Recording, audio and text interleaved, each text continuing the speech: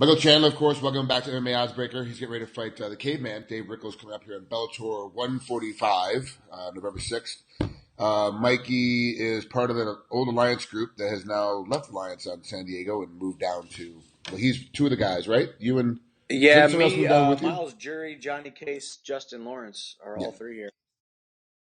Oh, okay. So Power MMA down there in Phoenix got a big influx Yeah, of little pretty handsome much. I mean, guys. that's what it was. They were looking pretty ugly, so we wanted to up the handsomeness level. Now I'm we the team talked. captain. We talked about before. Your lady and you were while you were dating. She's still in Missouri, and you were in San Diego. And I asked her how tough was it being apart. Now she's full bore into the full lifestyle of a fight of a fighter partner. Now all of a sudden you're like, I love the fact you have friends here. I love the fact that you have a job here and have things going on here. But we have to get up and move tomorrow. Yeah, no, actually, I mean, for her, she's still out in San Diego, so Okay. we're doing the long distance thing again, the long distance marriage, but she understands the sacrifice it takes. She understands, what I need to do to be the best in the world, and she, is luckily she's very supportive of it, and we've seen each other a couple times, so we're good. Is this a situation where you still live in San Diego, but you're bouncing back and forth? Or is it where you have moved to Phoenix and you're waiting on her to kind of figure out a way to get her job shifted? I think we're kind of figuring out what it looks like. She has a great job that she loves there. She actually just picked up another job. Now Oh, she has two. She's working at two different hospitals in San Diego, and she loves both of them. She loves the people she works for, and it's hard to get in California at a good hospital. She's a physician assistant, so she has a great job there. She likes it, and we love our home. We love where we live. So I don't think this is a pick up and move everything here into Phoenix type of deal. I think it's more of a, you know, training camp type of deal, and maybe we'll get a house out here and have a house here, house there, kind of bounce back and forth and just make it work. that's what I have to do between Hawaii and Vegas. Yeah, And then I'm with my buddy at my buddy's house in LA. It's like it's part of the job. Like you sign up for certain things, and yeah, it's part of the workforce of the business that you're in. But it also too, she's a physician's assistant and she's a good one and works in California. If you guys want to make a permanent move to Phoenix, it can't be that hard for her to find a great job in Phoenix because I know there's hospitals there. yeah. No, I mean she's very qualified as far as like she did a residency. She did an 18-month residency, so Okay. she's pretty high on. She would be high on people's list because not a lot of people do a residency and they just go straight from PA school straight to into the hospitals. But she just likes where she works, and this was also a pretty quick decision. I think we made a pretty quick decision, so we'll see what it looks like 6 months, a year from now. But Yeah. as of right now, it's kind of back and forth, and we really like San Diego. So You're one of the rare couples that I could actually say this will work for you two. yeah, I've seen other couples try it, and I'm like, you better hurry up and get back home because it's going to implode very, very quickly. But you guys seem to pull it off. It seems to yeah. work. But Well, I think we almost kind of thrive off of it. We almost kind of realize that you got to put your calling over your comfort sometimes, and obviously it would be nice to I'm here in this freaking I got a mattress on the floor. oh wow, I got a mattress on the floor here in Phoenix. I'm kind of pretty much living like a caveman, and I wanted it like this. yeah, You know, I'm not Bellator's taken good enough care of me where I could, get a nice place and whatnot. And not that this place isn't nice, but I don't need extravagant yeah. places. Like when I come here, it's business. So it would be nice to be back home in our comfortable home in our nice bed together. But I got my cat here, and that's what I'm doing. You brought your cat down. My cat, man, Eli, Uh, the man, Take the boy out of Missouri, but can't take the Missouri out of the Eli, the boy. man. Oh my gosh. All They're, right, you know, so the home life is good. yeah, You've kind of found a little space in Phoenix. You don't need, like you say, you don't need much. Got a little TV. hmm You got your mattress on the floor. You're good. But the first fight in the new camp is always a difficult one for fighters, and you're fighting Dave Rickels, which is not an easy fight. I mean, this is matchmaking style wise. This is a very difficult fight for both of you. How are you going to overcome that crap? I'm with a new team. I have a new corner. I've got a new kind of situation, because that's really what's happening now. That's it's a big factor at this level. If you're brand new, it wouldn't be that much of a difference, but you're an established fighter, so now it becomes more of a factor. Having to shift your comfort zone again. Yeah, I think for me is just being able to adapt to anything. I've got it all goes back to how good your training camp is. I've had a great training camp. Mm-hmm. I'm going out to Vegas this week to train with Neil Melanson to brush up on more in the last 5-6 years. Neil's one of the reasons I've had so many submission finishes. So get brushed up with him. I've been out. I'll work a little bit with Gil Martinez out there with my boxing. I've been working with Raimundo Beltran out here, who's a world champion boxer. So, I got a good team of guys around me, some good coaches. I've had a good training camp, and then this will be my 17th fight. I mean, it's time. I'm a veteran. If I can't step into the cage and just go out there and find a way to win, I might as well start. Selling stocks or something. You kind of opened up a whole new debate. Is it okay to stay with a team all the time, never move, never leave the coach, even though people are telling you your coach is horrible, and there's a lot of news out right now about an athlete whose coach is being said by her inner circle like how bad of a coach that he is, and then it's becoming a situation of where this athlete stays with his coach no matter what. Like, nope, I'm winning with this coach, I'm staying put with this coach. You open up the other side of the coin where it's like, really, if you have a particular, instead of moving. And I've always kind of thought this way: instead of bringing in guys all the time to mimic the style of the guy you're gonna fight next, you go, well, this guy is at this camp with this style. Let's go to his camp. I'll move to him and put myself in different situations and see what happens. Like every day in wrestling practice, we'd always have to put ourselves in different situations and test ourselves. And that kind of mentality about moving around. What do you feel like about that? Hey, I might have to move next time. Like right now, it's Power MMA, but next training camp, it could be, you could have to go to Winklejohn's. You could have to go back to Couture's, like just depending on the situation.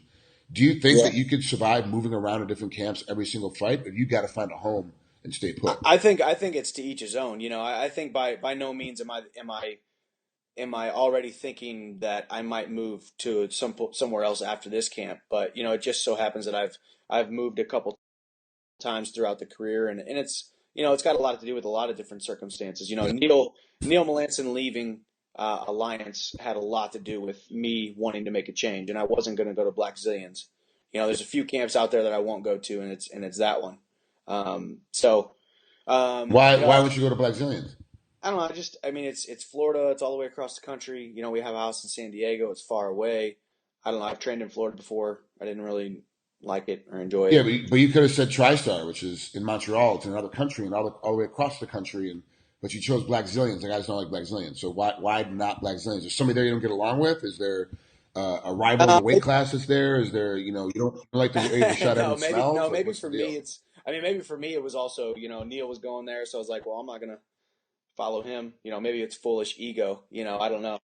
But I don't know. Okay. No, I don't know. I didn't, for some reason, whenever he went, if he would have said I was going to TriStar, or I'm going to this place or go to that place.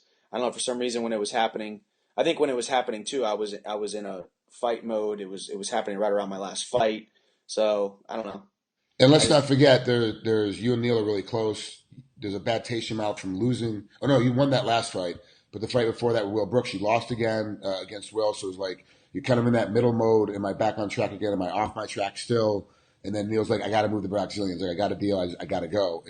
Everything happened really quickly down there. It was Neil telling me, hey, I'm thinking about going to Black Zillions. And then 2 weeks later, he's back in Vegas. He's like, yeah, I'm moving to Black Zillions. I don't know. With that team, I see a lot of, I don't know, I see a lot of turnover. I see a lot of people, a lot of coaches come there, and all of a sudden, a year later, they're gone, or 6 months later, they're gone. I think I don't know how they're running their thing, but we're over here talking about stability. I guess it's not like I've had a ton of stability as far as like staying with a team for life or whatever. But they seem like they turn over coaches a lot. So we'll see. We'll see what happens. And now the new trend that we just found out, with this new team, they didn't really poach TJ Dillashaw. Let's not say that, but he left Team Alpha Male, and TJ's jumping over to I forget the name of the team up in Colorado, but they're like, the rumors coming out that they're poaching athletes. Why not? Like, The private schools do it all the time in high school. Like, Oh yeah. colleges do it all the Oh time to recruit. Like, why wouldn't you poach great athletes? Hey, do you want to come up here and live here? Like, why not? and you got Conor McGregor coming out and calling TJ a snake in the grass. It's not about being a snake in the grass. I yeah, mean, at the end of the day, this is the fight business, and you got to do what's best for your business. I am a business. Like I have to think about what's best for me. I'm not thinking about, I'm thinking about myself first. I'm not thinking about yeah, Bellator. The UFC guys shouldn't be thinking about the UFC. They should be thinking about themselves. TJ shouldn't be thinking about the UFC or Team Alpha Male. He should be thinking about himself, his yeah, wife. Married now. He's got dogs. He's going to have kids here in a couple of years. Like yeah. he's got a house to feed, and he's got to do the best for TJ Dillashaw LLC. So I don't know. I don't call it poaching. I call it looking at a business opportunity and weighing the pros and cons and going with what your heart says. So Let's go ahead and move into the business portion of it then. You fought Dave back in 2013, I think it was 2 years ago.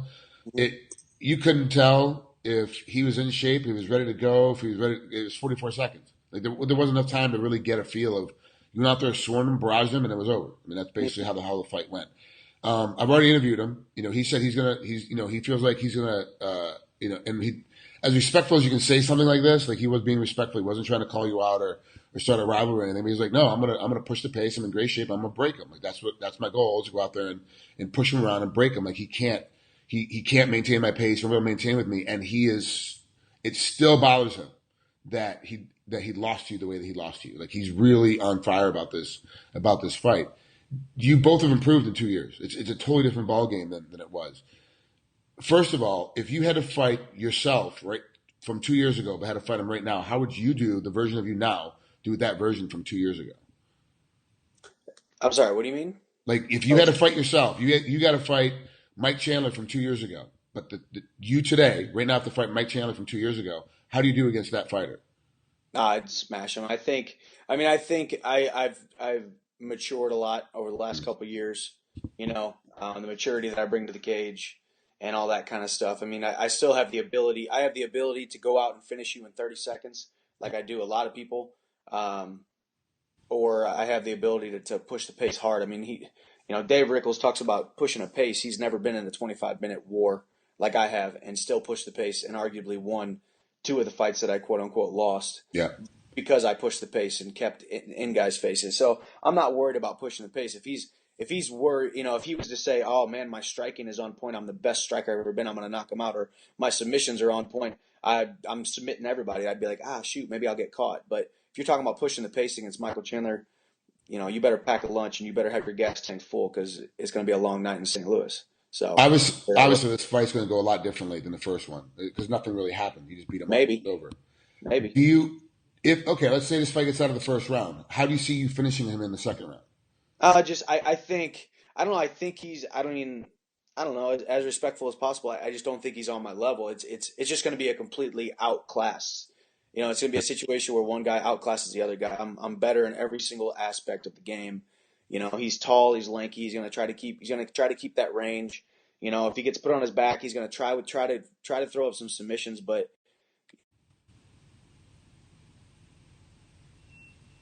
Right. finish and I plan on getting a finish. And I don't know. Dave Rickels is a tough competitor. He fights hard. He's a gritty guy from Kansas. So we're gonna put it online in St. Louis, and I'm gonna get the title shot after this. So I am. Yeah, it's Are gonna be you sweet. excited I about think. fighting in St. Louis? Um, I think it's just it's an amazing MMA market, whether you're from St. Louis or not. But they're gonna pack the house again. They're gonna do awesome in awesome in the arena music and the lights and the big screens and all that kind of stuff. Bellator's putting on a great show these days. Yep. Uh, so I mean, I'm excited to fight in front of my hometown, in front of all the people who have supported me through the ups of this career, and Yep. I want to get after it. That's Mike Chandler getting ready to fight Dave Rickels coming up here on November 6th, Bellator 145 in St. Louis, Missouri, the Scottrade Center. Thanks so much for coming on, Mike. I appreciate it. I know you got to hurry up and get out of here and get the practice, but man, it's great to talk to you again, and I'm glad things are going well for you down there in Phoenix. You too, man. I appreciate it, and I'll talk to you soon. Take care, brother. Have a good one.